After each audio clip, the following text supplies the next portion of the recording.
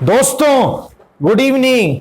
अच्छा भाई, मार्केट ने जो है ऊपरी स्तर से आज जो किया है भाई, जिस तरीके की पिटाई हुई है, गजब की पिटाई हुई है। निफ्टी नहीं बता रहा है कि पिटाई किस लेवल की है रिलायंस के कारण, लेकिन बहुत जबरदस्त पिटाई हुई है। क्या ये ट्रेलर है? क्या क्या फिर से वो डर का माहौल आने वाला है? क्या क्या फिर से जोर से पिटाई होने वाली है? क्या अगले हफ्ते आपको पता भी है काफी इंपॉर्टेंट वीक है, काफी ज्यादा इवेंट्स हैं, पॉलिसी भी है, तो कहीं ना कहीं जो है माहौल कहीं ना कहीं फिर से एक डरावनी मोड़ की तरफ जा रहा है। तो बहुत इंपॉर्टेंट है दोस्तों कि क्या होगा, और उससे भी ज्यादा इंपॉर्टेंट है डाउ जोन्स कहां क्लोज होता है, यूएसए मार्केट। क्योंकि अगर डाउ जोन्स ऊपर रहता है तब तो ठीक है भाई, लेकिन अगर डाउ जोन्स यूएसए मार्केट में ब्रेकआउट फेल कर जाता है, ये जो हुआ है भाई, ये जो तेजी हुई है, तो फिर तो वही होगा जो हम नहीं चाहते हो, आपको पता है भाई। तो दोस्तों डिस्कस करेंगे निफ्टी, बैंक निफ्टी स्टॉक्स के एनालिसिस करने का प्रयास करेंगे। स्वागत है आपका आपके अपने चैनल टीके मनी में। मेरा नाम है Dhruvan, SM certified in equity derivatives में। जो नए लोग हैं टेलीग्राम चैनल पर आ सकते हैं, टीके मनी सर्च कर सकते हैं। जी हाँ दोस्तों, टेलीग्राम ऐप पर आप टीके मनी सर्च कर सकते हैं, और अगर आप चाहें आप आ सकते हैं। चलिए चर्चा की शुरुआत करते हैं। सबसे पहले सबसे इंपॉर्टेंट दोस्तों मार्केट यानी निफ्टी। देखिए डाउ जोन्स जैसे मार्केट ने कल शानदार वापसी की, ये 300 पॉइंट नीचे था और 400 पॉइंट ऊपर गया, तो लगभग जो है 700 पॉइंट की वापसी रही, और इस कारण से हमारा मार्केट ऊपर की तरफ खुला। लेकिन एक बहुत इंपॉर्टेंट चीज थी, आपने गौर की होगी, तेल फिर से ऊपर चला गया। जो तेल नीचे आया था, जिस कारण कल हमने बाउंस बैक किया था, क्रूड ऑयल, वो फिर से मेरे ख्याल से कल लगभग 4% के आसपास की इसने वापसी दिखाई, ऐसा मुझे याद है। तो बहुत ही शानदार वापसी थी। तो ये तय था कि बैंक निफ्टी तो भाई गिरेगा, दिक्कत होगा। लेकिन बाद में सारे स्टॉक्स गिरे दोस्तों, मिड कैप, स्मॉल कैप, सब कुछ। अगर आप रिलायंस, इन्फोसिस और दो चार बिग बॉयज को अगर आप हटा दे, तो मेरे ख्याल से पोर्टफोलियो लेवल पर पिटाई बहुत जबरदस्त हुई है। यानी ओवरऑल मार्केट ब्रेथ बहुत ही खराब रहा है मेरे ख्याल से जो है आज। तो ये बहुत चिंता की बात है। अब देखिए मार्केट में जो है एक और दिक्कत की बात क्या है, 16,700 एक इंपॉर्टेंट लेवल था, तो लेवल हमने निकाला नहीं, हम तो उसके ऊपर ही खुल गए भाई। लाइव मार्केट में नहीं निकाला, निकालते बहुत अच्छा होता, हम सीधे ही ऊपर ही खुल गए उसके। और फिर उसके बाद 16,800 के आसपास एक बड़ा रेजिस्टेंस था, जो हमने डिस्कस भी किया था कल की एनालिसिस वीडियो में, और वहां से जो हुआ आपको पता ही है भाई, एक बहुत ही जबरदस्त पिटाई हुई है। लेकिन अब आगे क्या? देखिए सबसे पहले विक्स जो है लगभग 20 के आसपास है, 19.98 अगर आप एग्जैक्टली कहें तो। अब देखिए यहां पर हमें तेजी कब करनी है, मंदी कब करनी, क्या कैसे करना है। देखिए मार्केट में अब एक बड़ा रेजिस्टेंस बन चुका है, ये चीज आपको याद रखनी है, और वो रेजिस्टेंस लगभग जो है 16,760 के आसपास है, लगभग आप कह सकते हैं 16,750 के आसपास है। यानी अब जब तक ये लेवल नहीं निकलता है मार्केट में खतरा है दोस्तों पिटाई का, ये चीज आपको याद रखनी है, और खतरा बड़ा है। अगर 16,750 अगले 2 दिनों में मार्केट नहीं निकालता है, तो मेरे ख्याल से आपको अफसोस से कहना पड़ रहा है भाई, 16,000 के भी दर्शन करने पड़ सकते हैं।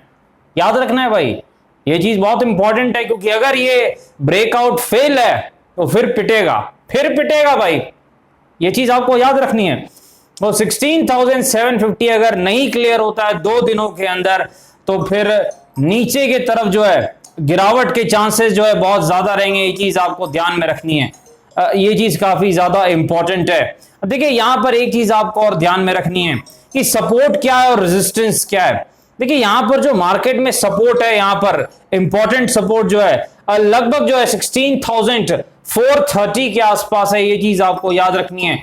16,430 के आसपास जो है एक इंपॉर्टेंट सपोर्ट है निफ्टी का, ये चीज आपको ध्यान में रखें। तो 16,430 जो कि पिछले इस वीक का जो है एक लो भी था, वो अगले हफ्ते काफी इंपॉर्टेंट रहेगा, पॉलिसी भी है।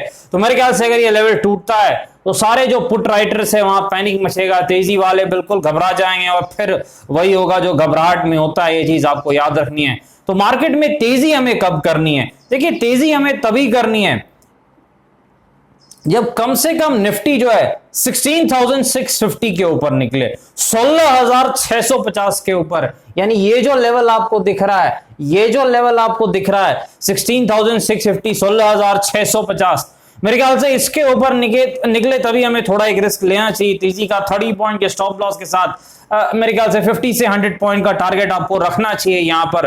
अदरवाइज आपको तेजी में जो है थोड़ा ध्यान से काम करना है। और अगर गैप अप होता है तो मेरे ख्याल से जब तक 16,750 या तो ना निकले या फिर थोड़ा गिर के डब्ल्यू पैटर्न ना बना दे, मुझे नहीं लगता है आपको तेजी करनी चाहिए। उल्टा आपको एम पैटर्न के लिए अब तैयार रहना चाहिए, यानी पिटाई करने के लिए, मंदी करने के लिए एम पैटर्न बने तो वही 30 पॉइंट का 6 स्टॉप लॉस, 100+ पॉइंट का टारगेट। डाउ जोन्स लेकिन बहुत इंपॉर्टेंट है, अब याद रखना है, अगर वहां ब्रेकआउट फेल हुआ दिक्कत हो जाएगी। चलिए चलते हैं दोस्तों यहां पर निफ्टी बैंक बहुत ज्यादा कमजोर रहा है दोस्तों। ये ऑयल प्राइसेस जो फिर से ऊपर की तरफ गए हैं, इसने कहीं ना कहीं प्रेशर दिया है निफ्टी बैंक में। निफ्टी बैंक में हमें अब दोस्तों तभी तेजी करनी है जब कम से कम 35,400 के ऊपर निकले, कम से कम देखिए तभी आपको तेजी करनी है। अदरवाइज बेस्ट लेवल तेजी का तो रहेगा कि कम से कम 35,500 निकले, वो ज्यादा मेरे ख्याल से बेटर लेवल रहेगा। यहां पर ये जो आपको लेवल दिख रहा है 35,500, इसके ऊपर तेजी करनी है बैंक निफ्टी में, ज्यादा भलाई है। और यहां पर आपका बैंक निफ्टी में रेजिस्टेंस क्या रहेगा, 35,900 के आसपास, ये चीज आपको याद रखनी है। अब बैंक निफ्टी में सपोर्ट कहां है भाई, इतना गिरा है, सपोर्ट कहां है बैंक निफ्टी का। देखिए बैंक निफ्टी कहीं ना कहीं, अरे भाई शॉर्ट टर्म का सपोर्ट तोड़ रहा है बैंक निफ्टी, दिक्कत में है। बैंक निफ्टी का सपोर्ट कहां पर है, देखिए बैंक निफ्टी का सपोर्ट जो है अब नेक्स्ट सपोर्ट लगभग 34,700 के आसपास है और 34,700 के आसपास जो है अगला सपोर्ट है बैंक निफ्टी का। ये चीज आपको याद रखनी है। तेजी तभी करनी है जब लेवल्स आए और 6 स्टॉप लॉस के साथ 70 पॉइंट का 6 स्टॉप लॉस स्पॉट के प्राइस के हिसाब से। अदरवाइज आपको जो है ध्यान से ही काम करना है। WRM पैटर्न स्ट्रेटजी यहां भी काम करती है तो आप उसका यूज यहां भी कर सकते हैं निफ्टी बैंक में।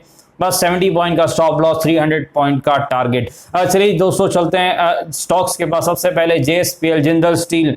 देखिए स्टील सेक्टर जो है अब वो नीचे की तरफ चल रहा है, सारे स्टील स्टॉक्स में गिरावट है, तो JSPL में भी गिरावट हो रही है। JSPL का अब रेजिस्टेंस कहां पर है, 452, 452 रुपए के आसपास JSPL का जो है रेजिस्टेंस है, ये चीज आपको याद रखनी है। और सपोर्ट कहां पर है भाई, देखिए जो सपोर्ट है लगभग 345, 345 के आसपास जो है JSPL का सपोर्ट है, ये चीज आपको याद रखनी है। चलिए चलते हैं डिक्सॉन टेक्नोलॉजीज के बाद। देखिए डिक्सॉन में बड़ी गिरावट आई है, यहां पर शॉर्ट टर्म में बाउंस बैक जरूर आया था लेकिन ये फिर से गिर के सपोर्ट के नजदीक जा रहा है। 3300 के आसपास इसका सपोर्ट है, ये चीज आपको याद रखनी है। और यहां पर देखिए रेजिस्टेंस इसका लगभग 4000 के आसपास है, ये चीज भी आपको ध्यान में रखनी है। टाटा मोटर्स के पास चलते हैं। देखिए 450 के रेजिस्टेंस को फिर से टाटा मोटर्स नहीं निकाल पाया। जब तक इसको नहीं निकाल पाएगा शॉर्ट टर्म में बेरिश है, नीचे की तरफ है। उसको निकालता है तब ठीक है भाई, 500 जाएगा, नहीं निकालता है फिर से सपोर्ट पे जाएगा जो कि 400 के लगभग है टाटा मोटर्स का सपोर्ट, ये चीज आपको याद रखनी है। HDFC AMC बहुत बड़ी गिरावट के बाद आखिरकार एक बाउंस बैक आया है लेकिन अब कंसोलिडेशन चल रही है। लगभग 2000 इसका पहला रेजिस्टेंस है और इसका सपोर्ट अब कहां पर है भाई, 1700 के आसपास जो है HDFC AMC का सपोर्ट है, ये चीज आपको याद रखनी है। डिस्क्लेमर आपको पता है वीडियो एजुकेशन और इन्फॉर्मेशनल पर्पस के लिए अपने फाइनेंशियल एडवाइजर से बातचीत करके फैसले बाजार में काफी जोखिम है, थोड़ा ध्यान से काम करें। धन्यवाद।